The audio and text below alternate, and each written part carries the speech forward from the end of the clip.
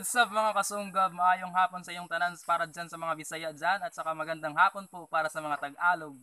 Ngayon mga kasunggab, gagawa po tayo ng panibagong vlog for today. So ngayon po, pasensya na po sa mga nakaraang araw kasi hindi ako nakagawa ng vlog. Kaya ngayon gagawa tayo ulit ng panibagong vlog. So kung napansin nyo yung mga dati kong vlog, yung mga tutorial, tips, or sa mga funny jokes, ngayon kakaiba naman po ang gagawin natin mga kaibigan. Ipapakita naman natin ang isang talento ng isang Pilipino na kung saan taga Salcido lang po at saka marami po siyang talento sa pagkanta at sa maging sa paggitara man po. So isa din po sa kagandahan is marunong po siyang magkumpuso ng sariling kanta, Tagalog man o waray-waray version. So yun po mga kaibigan, hindi ko na po ito patatagalin kasi alam kong sabik na po kayong mapanood ang kwento, yung talento ng isang taong to.